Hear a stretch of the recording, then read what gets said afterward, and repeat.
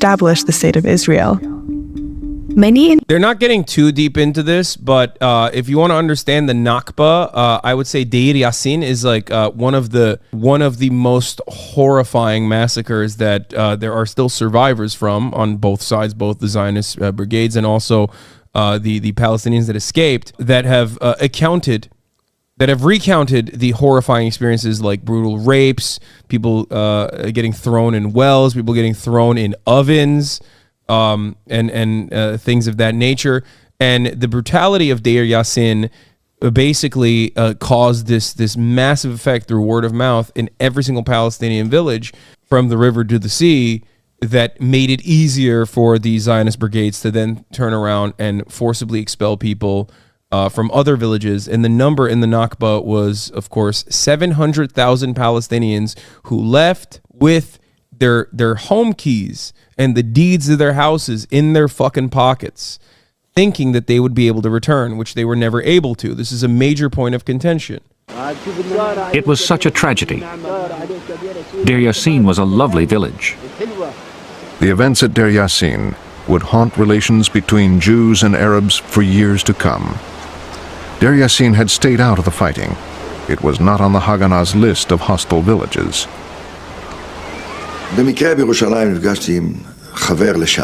I ran into a man who had left us for the terrorists. He told me that the Irgun and Lehi had got permission from our commander to attack the village of Deir Yassin. He was very proud. The Irgun and Lehi forces were ordered to take Deir Yassin. I ran to my commander and asked, "Why did you allow it?" He said, "I suggested 2 other targets. They turned them down." He said, "I can't shoot them, can I?" So I decided to spy on them.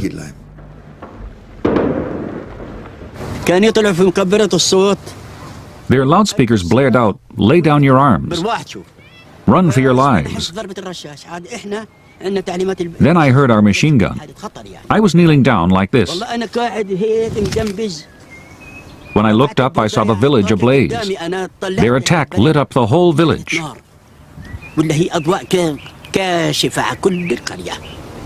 The village was not the soft target the Jews had expected. From the windows of their houses, Arabs were shooting at our soldiers. And from a force of 132, we had 42 wounded and 6 dead. The commander ordered a house-to-house attack.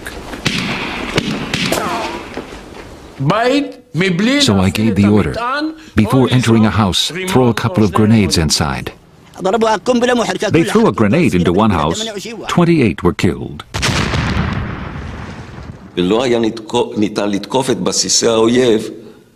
It was impossible to attack the enemy without hurting their families. It was difficult. It was painful, and I'm sorry we had to do it. But we had no choice.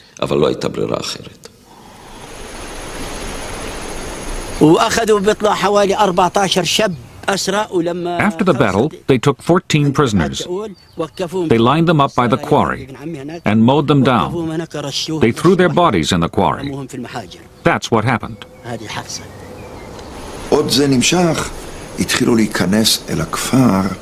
While this was going on, Jews came from the next village. Most of them were religious, by the way. They started yelling, "Bastards, murderers, what are you doing?" Some shouted in Hebrew, others in Yiddish. They stopped the massacre. 110 Arabs died in Deir Yassin. Some died fighting, others were murdered. The survivors were taken to Jerusalem.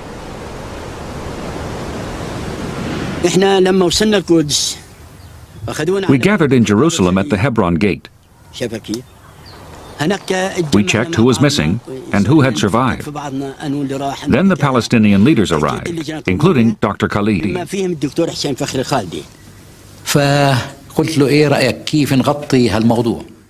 I asked Dr. Khalidi how we should cover the story. He said, "We must make the most of this."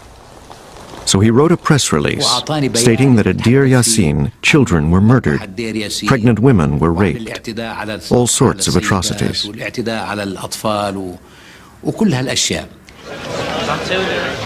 Arab radio stations passed on the false reports, ignoring the protests of the witnesses.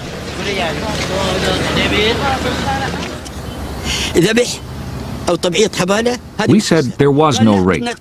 He said we have to say this so the Arab armies will come to liberate Palestine from the Jews.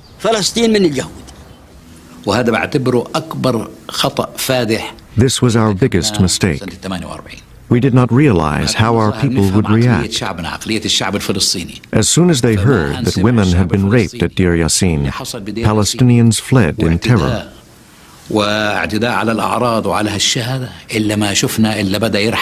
They ran away from all our villages.